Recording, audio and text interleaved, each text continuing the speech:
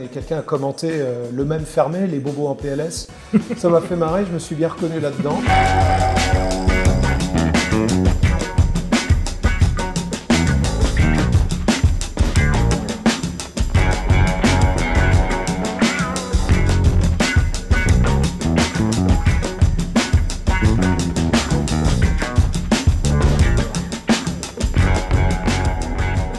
Bonjour, bienvenue dans À la Rennaise, l'émission du Mensuel de Rennes et du Télégramme où on va boire un coup tous les mois avec un artiste rennais. Aujourd'hui, on accueille Laurent Lefebvre. Bonjour Laurent. Bonjour. Laurent qui est auteur de bande dessinée et de comics, qui est rennais. Aujourd'hui, on se retrouve au bar Le Panama, près de Sainte-Thérèse, un bar qu'on a privatisé pour l'occasion et qui a été choisi par Laurent. Pourquoi est-ce que tu as voulu qu'on se retrouve là aujourd'hui ? Parce que c'est pas loin de chez moi et que comme tout cadra, enfin beaucoup en tout cas, je fréquente beaucoup moins le centre-ville que quand j'étais plus jeune et que c'est un endroit qui est super chouette avec un extérieur et ces petits bars de quartier post-Covid sont un peu une marque d'époque, enfin, je trouve. Et une marque de Rennes aussi un petit peu parce qu'on aime bien se retrouver dans des petits bars chez nous avec une ambiance un peu comme à la maison. Enfin, j'ai l'impression que c'est un truc qu'on a à Rennes, qu'on n'a pas forcément dans d'autres villes. Je ne sais pas ce que tu en penses. Oui, j'ai vu ça. Je crois que le même était fermé il n'y a pas longtemps. Ça devait être sur la page du Mensuel de Rennes et quelqu'un a commenté le même fermé, les bobos en PLS. Ça m'a fait marrer. Je me suis bien reconnu là-dedans parce que dès qu'il y a une guinguette, il y a chez Georgette à Pigné, il y a pas mal de lieux comme ça. 11, je crois, guinguettes sur Rennes et les alentours. Donc oui, en tout cas, moi, ça me ressemble, je revendique. Laurent, tu es un fin connaisseur des super-héros, tu es toi-même papa d'un super-héros rennais, Foxboy. Est-ce que tu peux nous présenter un petit peu qui c'est ? Oui, alors moi, enfant des années 80, j'ai grandi pas mal entre Récréa 2, Goldorak, Albator, mais surtout avec la lecture de BD de kiosque. Pour les BD françaises, c'était Rahan dans Pif, Tintin à la bibliothèque municipale, parce qu'on n'avait pas forcément les moyens de se payer ces albums-là, mais surtout les bandes dessinées américaines qui étaient regroupées chez nous dans un mensuel qui s'appelait Strange, on ne disait pas Strange parce qu'on ne parlait pas anglais à l'époque.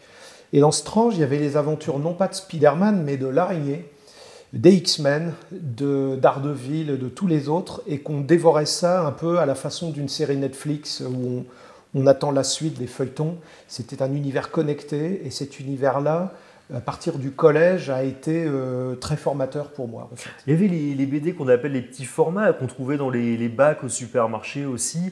C'était sur du papier qui n'était pas forcément de très très bonne qualité, qui était parfois redessiné par des artistes français derrière. Et tout ça, ça faisait effectivement une sorte d'imaginaire. Est-ce qu'on en voit encore aujourd'hui ?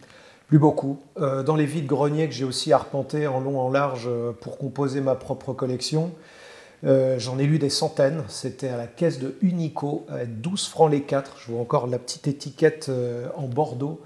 Et je m'en suis des Hakim, Black le Rock, Zambla, Captain Swing. C'était beaucoup des bandes dessinées françaises et aussi anglaises.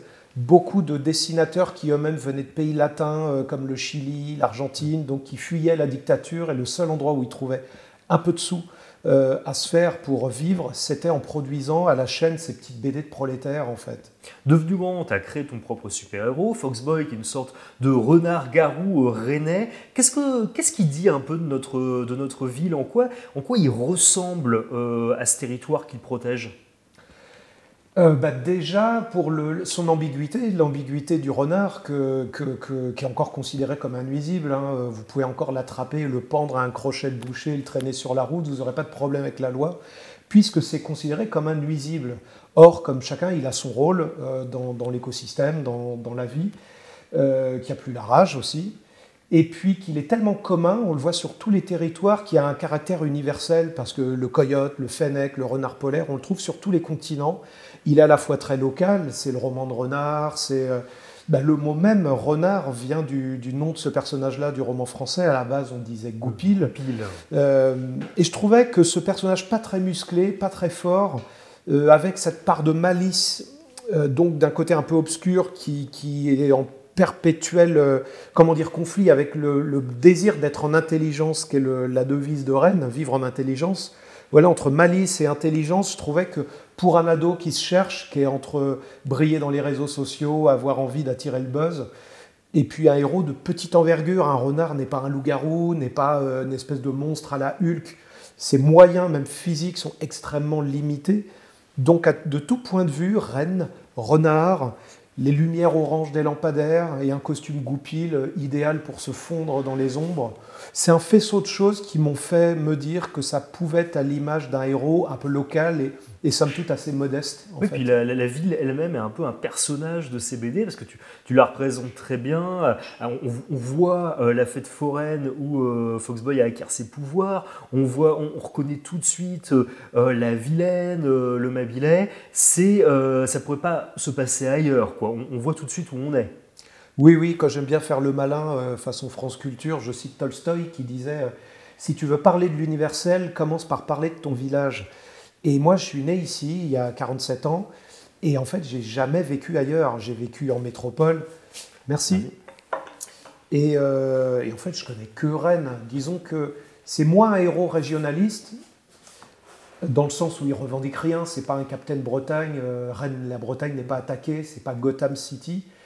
Mais si j'avais dû déménager, par exemple, ce serait passé au Pays Basque, à Biarritz, ailleurs. Ça se passe à Rennes parce que c'est pratique et que j'ai mon imaginaire ici, en fait, tout bonnement. Ouais, puis il ne sauve pas la galaxie, il est aux prises avec la destruction de maisons, avec la pollution, avec des problèmes de la vie de tous les jours, en fait, hein, dont les super-héros se préoccupent eux, finalement. Oui, c'est comment dire, concilier des BD extrêmement locales et des codes, que ce soit les formats de pages qui sont à peu près de cette taille-là, quand le franco-belge est un peu plus grand, les Astérix, Tintin, Gaston. Ce format plus petit, avec des mini-chapitres de 22 pages, s'apparente au format avec lequel on consomme des séries télé. C'est-à-dire toutes les 22 pages, un peu artificiellement, puisqu'aux États-Unis, les aventures de Spider-Man, Batman et compagnie paraissent tous les mois, il y a cet impératif du feuilleton de mettre à suivre, donc de créer artificiellement un suspense. Donc moi, j'ai emprunté cette forme-là, double identité, costume, pouvoir, même si tout petit. Et quand vous feuilletez, vous devez avoir l'impression de lire une BD américaine, et pourtant, dans les thématiques sociales, écologiques, je peux trouver autant ma source dans le mensuel, le journal ou à la radio qu'en ouvrant des comics de bande dessinée. C'est là où, à mon sens, il y a une petite légitimité, pour peu qu'il y en ait une, c'est au lecteur de dire, c'est d'essayer de penser global, agir local, comme disent les altermondialistes. J'aime les super-héros, j'ai grandi avec ça, ça m'a formé. Mais là où je suis et où je vis, c'est Rennes, et mes vibrations et mes idées viennent du local et d'où je suis. Alors, nos cafés sont arrivés, tu as commandé un café. C'est une boisson qui veut dire quoi pour toi? C'est une boisson que tu consommes beaucoup, je crois, d'ailleurs. Ouais, je suis caféinomane. Depuis le lycée, déjà, c'est la première sensation de se sentir adulte. Il y en a qui disent que c'est conduire une voiture seule, il y a ça aussi. Ah, c'est ça ton rituel de passage à l'âge adulte? Ah, pour moi, c'est le café. Le café. Ah bah ouais. Quand tu as commencé à boire du café. Ah bah c'est pas un Diabolo fraise que tu prends quand tu es avec les filles, que tu sors de Zola en face, à côté de France 3, à la petite rue, quand tu vas au Scaramouche, le Garden, tous ces bars-là, où c'était 5 francs, pardon, hein, OK Boomer. Et ouais, pour moi, le café par litre, partagé avec les copains avec qui on monte les premiers dessins pour faire des fanzines, et aujourd'hui des gars qui, comme moi, font de la BD maintenant professionnelle, comme Nicobi, qui est aussi dans le bassin rennais et qui est là depuis toujours, l'atelier Pépé Martini, on est un vrai vivier d'auteurs de bande dessinée. Oh, c'est vrai que tu as travaillé à l'époque avec des très grands noms de ce qu'on appelait un peu l'école de Rennes, et tu as connu tous ces gens-là qui publiaient dans Spirou, dans... Ouais. Qui nous faisaient rêver, en fait, sans qu'on se rende compte qu'ils étaient dans cette ville. On les pensait en Belgique, à Paris, et en fait, non, ils étaient à Rennes. Bah là, il faut tirer un coup de chapeau à Jean-Claude Fournier, qui, après Franquin, a repris Spirou et Fantasio. L'Ankou, c'était lui. L'Ankou, un album vraiment fondateur, parce qu'à un moment, il a fait quelques albums de Spirou avant d'être un peu débarqué, parce que Charles Dupuis, donc Monsieur Dupuis, n'aimait pas trop l'idée que Spirou n'était plus belge mais devenait breton. Il y a du cidre pour les étoiles, l'abbaye truquée, l'Ankou. Il y a tellement de thématiques liées à l'imaginaire breton. Fournier habitait à 3 jets de pierre d'ici, hein, dans les années 70-80, puisqu'il habitait quartier Sainte-Thérèse aussi. Et donc cet auteur, Jean-Claude Fournier, qui est aussi un des fondateurs du festival Quai des Bulles, dont je fais partie, avec comme Nicobi, GG, des tonnes de gens. On est tous plus ou moins des élèves ou des élèves de Fournier. Moi, je serais un peu la, on va dire, deuxième génération, deuxième ennemi. Il y a eu entre-temps Emmanuel Lepage, Michel Plessis, je citais Nicobi, Zanzim, Lionel Chouin, il y en a plein. Et en effet, il y a toute une école de BD bretonne qui a un peu poussé comme un rond de champignon autour du pilier fondateur qu'est Jean-Claude Fournier. Alors Laurent, tu as sorti une BD en fin d'année dernière aux éditions Le Télégramme, Le Bougalet de Braise, retour sur l'enquête sur ce drame maritime. Et là, je crois qu'en ce moment, tu bois beaucoup de café justement parce que tu prépares le tome 4 de Foxboy. À quoi il faut s'attendre dans ce prochain volume ? Alors, ce qui est terrible, c'est que j'en sais pas. Je sais de plus en plus, mais j'ai essuyé un truc dont j'entends souvent parler comme un cliché, mais que j'avais jamais expérimenté en 25 ans. C'est l'angoisse de la page blanche. Pour moi, ça a été jusque-là un cliché de l'auteur, parce qu'on n'est jamais en face d'un truc blanc. En vrai, on fonctionne, on fait notre boulot.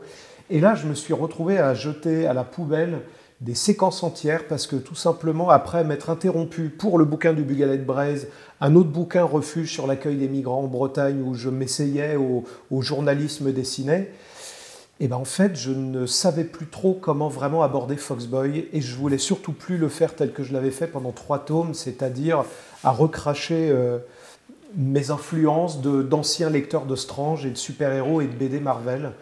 Donc, à quoi il ressemblera ? Je pense qu'en premier lieu, il ressemblera de moins en moins aux 3 premiers tomes et de moins en moins à du comics tel qu'on se le représente, parce qu'il y aura de la couleur directe. Beaucoup d'aquarelles, de travail à la main. Et c'est là où peut-être où ce mariage entre la bande dessinée plus franco-belge ou à la bretonne, à la Emmanuel Lepage, je reviens à lui, qui est le premier auteur BD rennais et le premier auteur BD tout court que j'ai rencontré quand j'avais 16 ans. Et donc aujourd'hui, l'influence est de plus en plus importante dans ma propre manière d'aborder la BD et d'en réaliser. Alors avant qu'on se retrouve, je t'ai demandé d'apporter ici un objet culturel qui te tient à cœur. Est-ce que tu peux nous montrer de quoi il s'agit ? Oui, alors j'ai hésité. Après, j'ai pensé d'abord aux bandes dessinées que je lis en ce moment, celles qui sont importantes. Et puis je me suis dit que beaucoup de gens amènent des conseils d'achat, que ce soit de films, de livres. Et moi, je n'avais pas envie de trucs à acheter, mais de sortir tout simplement quelque chose qu'on a tous chez nous. C'est la radio, le poste radio qu'on m'a offert pour mes 15 ans. Donc j'en ai 47. Ah oui, énorme le poste radio. Énorme, c'est du Ghetto Blaster. Là, je pense qu'on peut accueillir des fantômes à New York en portant ça sur le Bronx et en faisant des feux dans des tonneaux la nuit, comme dans les tambours du Bronx. Donc c'est mon appareil radio avec lequel j'ai écouté des CD, j'ai joué mal de la guitare et sur lequel j'ai collé un petit adhésif pour noter en gros France Inter, Canal B, FIP, France Culture et Rire et Chanson, a rajouté mon fils. Les disques, les cassettes audio, la radio, on prend des rides quand on voit ça et j'imagine déjà les plus jeunes qui regardent et qui font « mais qu'est-ce que c'est que ce truc ?» Ce que c'est avant tout, c'est que c'est un accès à une information non pas gratuite, parce que l'information a un coût. Quand elle est gratuite, vous savez ce que c'est vous le produit. Mais c'est le coût du service public auquel je suis très attaché depuis 25 ans, parce que mes idées viennent de ce que je vois, de ce que je pense, de ce que j'entends.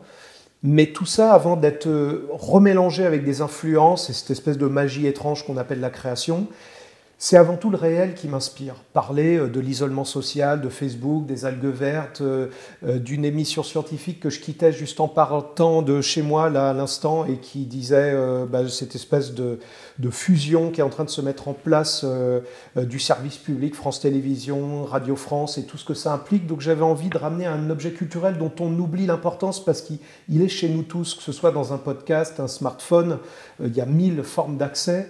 Et que c'est quelque chose d'extrêmement précieux, la liberté d'informer, de l'indépendance. J'ai aussi on est bien d'accord. J'ai amené aussi ce poste-là parce qu'aujourd'hui, les ondes FM passent par Internet. Et quand j'allume maintenant au rez-de-chaussée chez moi, dans ma maison, la radio, avant d'entendre parler, j'ai des pubs. C'est nouveau. On me parle de Lidl, on me parle de Grand Frais, de plein de produits dont bientôt l'information et les médias, au-delà même du choix éditorial des émissions, on sait qu'il y a des grands nettoyages, on parle à l'heure où Guillaume Meurice est éloigné des antennes pour des raisons... France Inter, on pense à eux. Ouais, voilà, c'est absolument scandaleuse. Enfin, faut le dire à un moment. Et donc voilà, j'ai pensé tout bêtement à cet objet-là et à la chance qu'on a encore d'avoir cette information-là, cette richesse-là, et qu'il faut se battre pour soutenir ceux qui la font, parce que c'est compliqué, ça n'a jamais été aussi compliqué. Et avant l'art, je crois que la chaîne de la liberté, elle est tissée par l'accès à l'information, avant même les artistes. C'est une très belle conclusion. Malheureusement, on doit déjà se quitter. Merci Laurent pour l'apéro. Merci d'avoir été avec nous. Quant à nous, on se retrouve le mois prochain dans À la Rennaise pour un autre apéro avec un autre artiste rennais. Merci beaucoup.